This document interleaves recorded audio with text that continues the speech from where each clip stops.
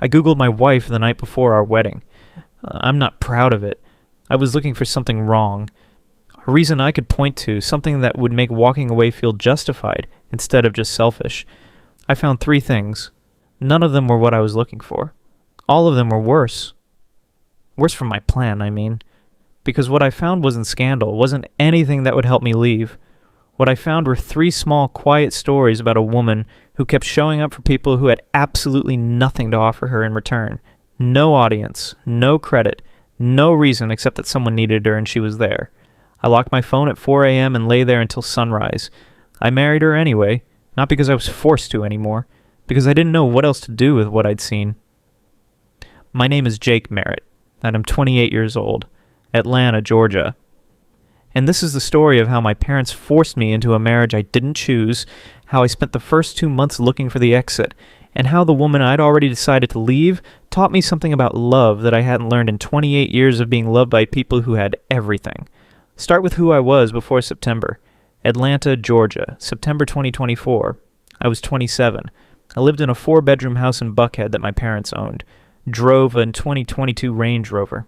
Had a good life by every surface measurement. My father, Robert Merritt, was 63. Old Atlanta money. His grandfather had built something, his father had kept it, and Robert had grown it carefully and quietly for 40 years. He was not a loud man. He didn't need to be. Quiet men with real money never do. My mother, Catherine, was 60. She organized her life around appearances the way other people organize around faith. She genuinely believed that the right last name next to yours was a form of protection. I was their only child, which meant I was also their only plan. I was with Brittany Lawson, 26. We'd been together 14 months. Her dad was a surgeon in Sandy Springs. She was polished and easy to be around and fit perfectly into every room my parents occupied. Then in August, my father called me into his study. He sat behind his desk, didn't offer me a seat. That was how I knew it was serious. "You know Walter Pruitt?" my father said. I did. Walter was a retired contractor. He'd done work for my father's properties for 20 years. Honest man. Came from nothing, built something real with his hands. My father respected him. In that specific way, wealthy men respect people who do physical work excellently. "Walter's daughter," my father said. "Her name is Claire. She's 25. She works at a diner on Peachtree Industrial. She's been on her own since her mother passed 2 years ago. Walter's health is failing. She's handling everything alone." I stared at him. "Dad." "Walter saved my life," my father said. Quietly. Completely. I went still. 1987, he continued. I was 26, driving back from a job site in Marietta. Black ice on 285. My car went through the guardrail. Walter was behind me. He pulled me out before the car caught fire. He never told anyone, never asked for a single thing in return. My father looked at his desk. He has maybe 18 months. His daughter has nobody. I owe him a debt I have never been able to pay. "So you want to pay it with me," I said. "I want you to meet her," he said. "Then marry her. Give her stability. Give Walter peace of mind before he goes." "I have Brittany," I said. "Brittany Lawson is a fine woman," my father said. "She's also someone who needs an audience. You perform for her, Jake. I've watched you do it for 14 months. That's not a relationship. That's an audition." That landed somewhere uncomfortable. I pushed past it. "And if I say no?" I said. He looked at me. "Then you say no. I'm not threatening you. I'm asking you to do something for a man who pulled me out of a burning car and never once held it over me." He was more dangerous without the threat. I knew that about him. I met Claire Pruitt on a Saturday afternoon in September at a coffee shop in Doraville. Her suggestion, neutral ground. She was already there when I arrived. 25 years old. No makeup, dark hair. She was in jeans and a flannel, and she was reading an actual paperback book, not scrolling her phone. She looked up when I sat down and closed the book without marking the page, like she'd already accepted she wasn't going to be able to concentrate anyway. "You don't want this," she said. Not accusatory, just factual. "No," I said. Honesty felt like the minimum. "I know," she said. "Your father told my dad everything. Your girlfriend, your life, how you'd feel about this." She wrapped both hands around her coffee. "I'm not here to convince you of anything. I'm doing this because my father is dying, and the one thing that would give him peace is knowing I'm not alone after he's gone. That's the whole reason. I hadn't expected that level of honesty. I'd prepared for a performance. What do you want from this? I asked. Someone who doesn't make my life harder, she said. That's it. We got married October 4th, 2024. Judge's office in Fulton County. Both fathers, my mother, one friend each. 40 minutes including paperwork. She moved into the Buckhead house, took the guest room, unpacked one duffel bag and a small box of her father's books she was keeping for him. Now I need to tell you what I found. The night before the wedding, 11 p.m., I was lying in bed, and I did something I'm not proud of. I typed her name into Google. Claire Pruitt, Atlanta. 3 results came up. The first was a fundraising page, started her 8 months ago. She'd been raising money for her father's medical bills. Total raised $4,200 from 47 donors. She'd written a simple description, no drama, no manipulation, just the facts of her father's condition and what the bills were. The second result was a comment on a neighborhood Facebook group. Someone had posted asking if anyone knew a reliable person to help an elderly neighbor with grocery runs. Claire had responded offering to do it for free. The post was from 6 months ago, when she was already working double shifts at the diner. The third result was from 4 years ago. A local newspaper in Doraville. Small article. A 14-year-old girl had wandered away from a group home during a field trip. Claire had found her sitting on a curb on Buford Highway and stayed with her for 2 hours until the group home workers arrived. The article quoted her once. She'd said she just needed someone to sit with her. That's all it was. I locked my phone and stared at the ceiling until 4 a.m. I kept thinking about that line. She just needed someone to sit with her. I didn't sleep, and I married her anyway, not because I understood everything yet, but because something had shifted in those 3 search results that I couldn't name. The first 2 months I kept my distance. Polite, surface level. We had dinner together most nights because the house wasn't big enough to avoid each other gracefully. She worked the early shift at the diner, 6 a.m. to 2 p.m., home by 3. She'd cook dinner quietly, nothing complicated, just real food, and leave a plate in the oven on the nights I came home late without ever mentioning it. I was still texting Brittany, not constantly, but regularly. She called Claire your arrangement, and I laughed because it was easier than examining why it bothered me. I started noticing things I hadn't looked for. She drove to her father's house in Doraville every Sunday, 40 minutes each way, brought groceries, cleaned, sat with him for 3 hours, never complained about it, never mentioned it unless I asked directly. One evening in November, I came home frustrated. A bad day, a fight with a friend, nothing important. And I dropped my keys on the counter harder than I meant to. She looked up from the book she was reading. You okay? She asked. Fine, I said. She nodded and went back to her book. Didn't push, didn't perform concern.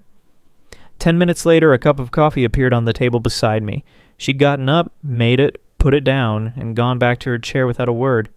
I looked at that coffee cup for a long time.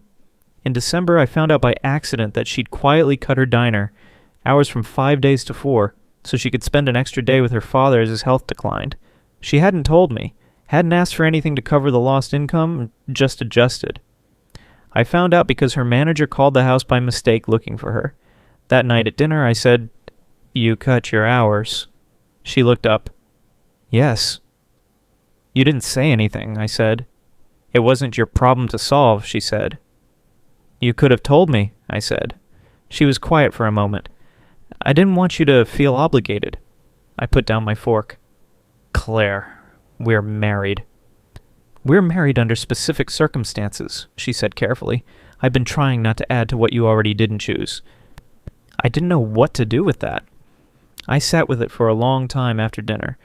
Walter Pruitt passed on January 11th, 2025, peacefully, at home. Claire was with him. She called me from Doraville at 6 a.m. Her voice was steady. That specific steadiness of someone who has been preparing for something and is now simply living it. He's gone, she said. I'm coming, I said. You don't have to, she started. I'm coming, I said. I drove to Doraville in the dark. Got there by 7. She was sitting on the front porch steps in her coat. I sat beside her. We didn't say anything for a while. After a long time, she said, He asked about you last week, whether you were good to me. What did you tell him? I asked. I told him yes, she said. I looked at her. Was that true? She thought about it honestly. You've been decent. That's what I asked for. Is that enough? I said. She looked at me for the first time that morning, really looked. Are you asking if it's enough for me, or asking if it's enough for you? I didn't answer, because the honest answer was that it had stopped being enough for me weeks ago, and I hadn't known how to say it. I ended things with Brittany in February. She took it with the composure of someone who'd already seen it coming. You actually fell for the diner girl, she said. I think I just started to paying attention, I said. Same thing, she said and hung up. I told Claire in March we were doing dishes after dinner. I said, I don't want the 18 months to end. She went still, kept her hands in the soapy water. Jake, she said carefully. I know how this started, I said. I'm not asking you to forget that. I'm telling you that somewhere between October and now, I stopped counting down and started showing up, and I think you deserve to know that. She turned off the faucet, dried her hands, turned around. If you mean that, she said, you'd have to actually start over. Not from where we are, from the beginning, like none of this arrangement existed. I know, I said. That means telling your parents, and telling people, not performing a marriage, actually being in one, she said. I know, I said again. She looked at me for a long moment. Okay, she said, and handed me a dish towel.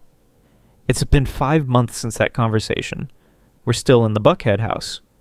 Claire still drives to Doraville on Sundays, to the cemetery now, just to sit for a while. She told me once it helps her feel like he's not entirely gone. I go with her sometimes. We sit on a bench near his grave and she tells me stories about him, what he was like before he got sick, the way he'd hum while he worked, how he used to keep a peppermint in his shirt pocket for her every single day from the time she was 4 until she left for college. My father met us there once. Didn't plan it. He just showed up. He stood at Walter's grave for a few minutes, and then he looked at Claire. He would have liked seeing you settled, my father said. I know, Claire said. He told me. My father nodded. The three of us stood there for a while. Nobody said anything else. Nothing else needed to be said. Here's what I know now. I spent 27 years being surrounded by people who were performing love at me. My parents' world was full of it. The right words, the right gestures, the right appearances. I learned to perform back. Called it relationships. Called it connection. What I didn't know, couldn't have known because I'd never seen it, was what love looks like when it has nothing to prove. Claire never tried to impress me. Not once. She cooked dinner because people need to eat. She cut her hours because her father needed more time.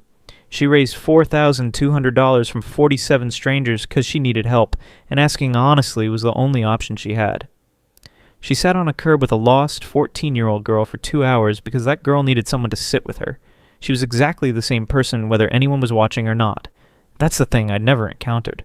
I had spent my entire life surrounded by people who were different when no one was watching. Claire was just herself, all the way through, in every direction. That complete consistency, that total absence of performance, was the most disorienting thing I had ever experienced, because it showed me, without her ever intending it, how much of my own life was performance. Here's what I want you to take from this. The people who fit your world reflect who you've been. The people who don't, who arrive in wrong circumstances, through arrangements you'd never have chosen, without the right background or the right job or the right everything. Those are the ones who show you who you could be. Most people walk past that person. They don't fit the picture. They don't match the plan. So people choose the mirror and spend years wondering why they feel so insane. I almost did. I Googled her the night before our wedding looking for a reason to feel justified in leaving. What I found instead was a person, a real one. The kind that shows up for lost girls on busy roads and dying fathers on Sunday mornings and husbands who come home frustrated and say they're fine. Pay attention to what people do when there's nothing in it for them. That's where the truth lives. That's where it's always been. If this story stayed with you, hit that like button and tell me which country you're watching from. I love hearing from all of you. Subscribe so you never miss these stories about the people who arrive unexpectedly and leave you permanently changed. New story every single day. See you in the next one. Take care.